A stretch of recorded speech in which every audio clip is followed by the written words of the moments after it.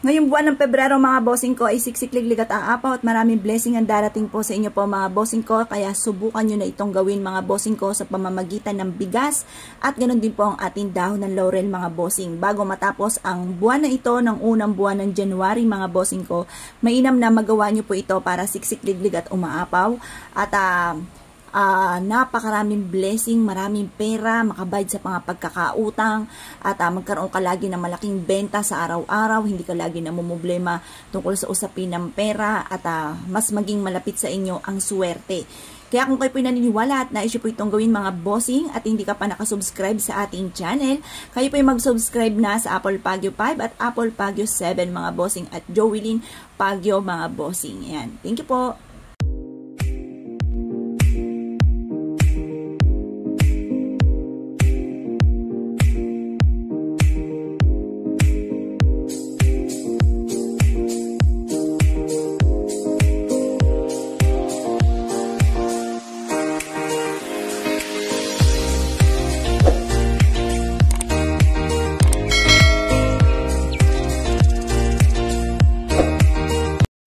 Hello mga bossing! Welcome back to my channel.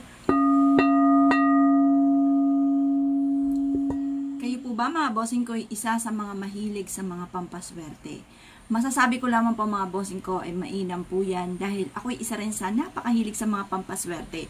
Ang dami-dami ko mga pampaswerte mga bossing, pero pag may bago sa akin pandinig ay talagang hindi ko to pinalalampas mga bossing. At ako isa sa mga magpapatotoo mga bossing ko na sinuwerte sa mga pampaswerte. Dati mga bossing, bagamat may pampaswerte ako dati, sinuwerte ako, nag-jump ako sa iba mga bossing ko kasi ibang negosyo aking pinasok. Tapos, tinago ko lahat yung mga pampaswerte ko. Ang dami mga pagsubok na dumating. Ngayon pa mga bossing, ang ginawa ko po dahil talagang nagsimula ulit ako sa scratch, wala talaga, talagang as in, totaling zero, bankrupt talaga mga bossing ko at tinabol nga din ako na aking mga pinagkakautangan mga bossing. Ngayon pa mga bossing, binalik ko muli ang aking pampaswerte. Dati-dati, ilang beses na ako nakagawa, ilang account na nagawa ko mga bossing, nalilimutan ko. Ang dami mga balakid mga bossing. Ngayon po, ang ending, nung gumawa ulit ako ng mga pampaswerte, nag-focus lamang ako, positive lamang, naniniwala ako na mababago ang aking takbo ng pamumuhay. At yun nga po, hindi ako makapaniwala sa mga blessing na dumating. Kaya subukan nyo rin po ito mga bossing. Ngayong araw na ito mga bossing ko, ituturo ko sa inyo kung ano po ang dapat ninyong gawin sa unang buwan mga bossing, unang pasok ng buwan ng Pebrero para siksik-liglig at umaapaw at maraming blessing ang dumating po sa inyo ng buong buwan. Dahil nga po matatapos na mga bossing ko pag napanood nyo to, dapat bago sumapit ang unang pasok ng buwan ng Pebrero, magawa nyo po ito. Ngayon pong huli mga bossing ko ng January, subukan nyo po ito mga bossing. At ito po mga bossing ko ay isa sa mga maa-amaze ka sa mga blessing na darating na dati hindi nyo pa ito nagagawa, pero nung ginawa nyo po ito mga bossing ko ay ang daming blessing na dumating. Kaya kung kayo pinaniwala at nais po itong gawin, ay siya mga bossing, ang bidyong ito ay para po sa inyo. Ito po mga bossing ko, ang aking tuturo sa inyo ay isa sa mga paborito ko din ng mga pampaswerte. Para higit na maging masagana ang ating pamumuhay, siksik-liglig at umapot, napakaraming blessing ang dumating. Mainam na subukan nyo po ito mga bossing dahil ito po isa sa mga subok na at paborito ko na pampaswerte mga bossing. Ano po ba ito mga bossing ko? Ito po mga bossing ko ay ang bigas mga bossing, bigas ng kasaganahan mga bossing ko. At pagkatapos mga bossing ko, itong ating dahon ng laurel. Yan, napili ako ng buo, mas maganda buo. Ngayon po mga bossing, ito yung ating dahon ng laurel. Lagay lamang po natin siya dyan mga bossing. At pagkatapos ay mag-wish ka ng mula sa inyong pong puso.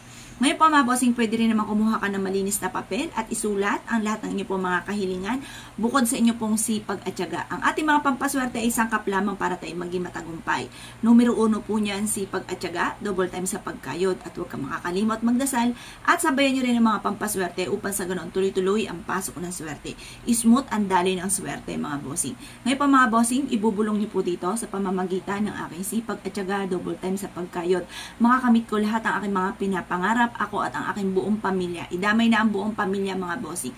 At syempre mga bossing ko, Dahil ito po mga bossing ko ay sa lamesa natin ilalagay sa loob nating tahanan, ay magwi-wish ka tuwing umaga mga bossing ko sa inyong kapwa. Isa rin yan sa sikreto para kayo po ay swertihin mga bossing. Sabihin nyo po lahat ng mga bossing ko o lahat ng kakilala nyo na talaga namang sobrang hirap ang pinagdadaanan sa ngayon, i-wish nyo po na maging matagumpay sila. Kasi kung anong ginawa nyo sa inyo pong kapwa, yun din po ang balik po sa inyo po mga bossing.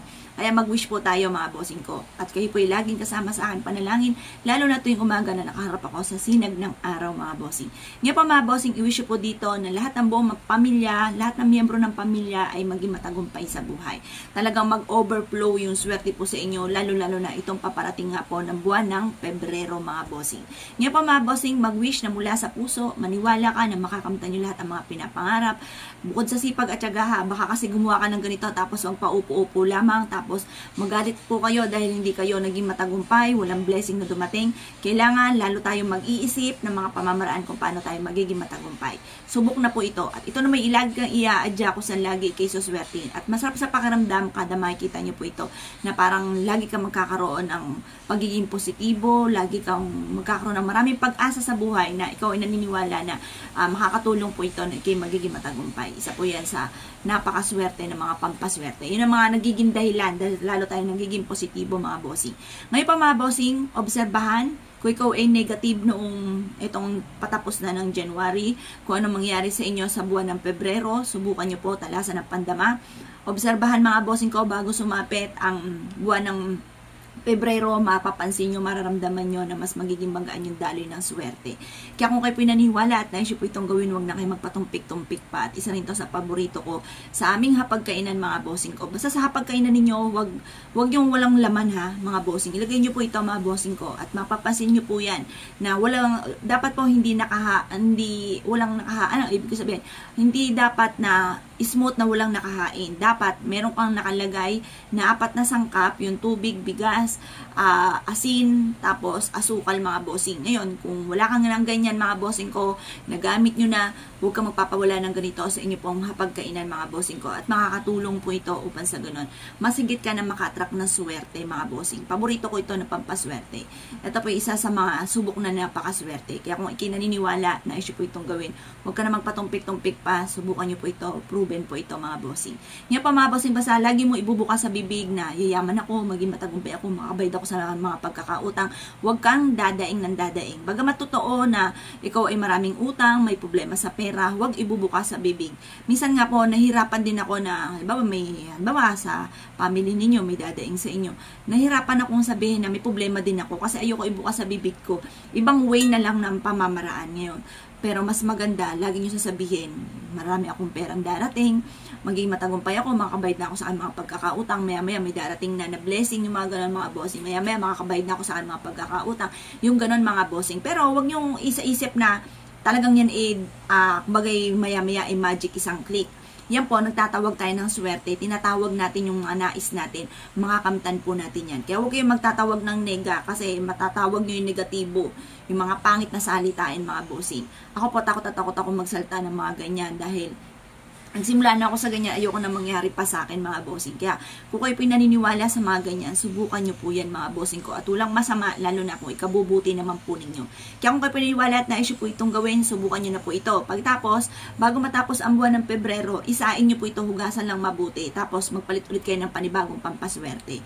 Ilista ang mga darating sa inyong magagandang oportunidad. Ilista ang mga blessing na darating na hindi inaasahan na makakabayad sa utang. Ilista ang sangkatutak na blessing na darating para sa buong pamilya mga bossing. Kaya kung kayo pininiwala at na siya po itong gawin, ay siya mga bossing, good luck po sa inyo po lahat.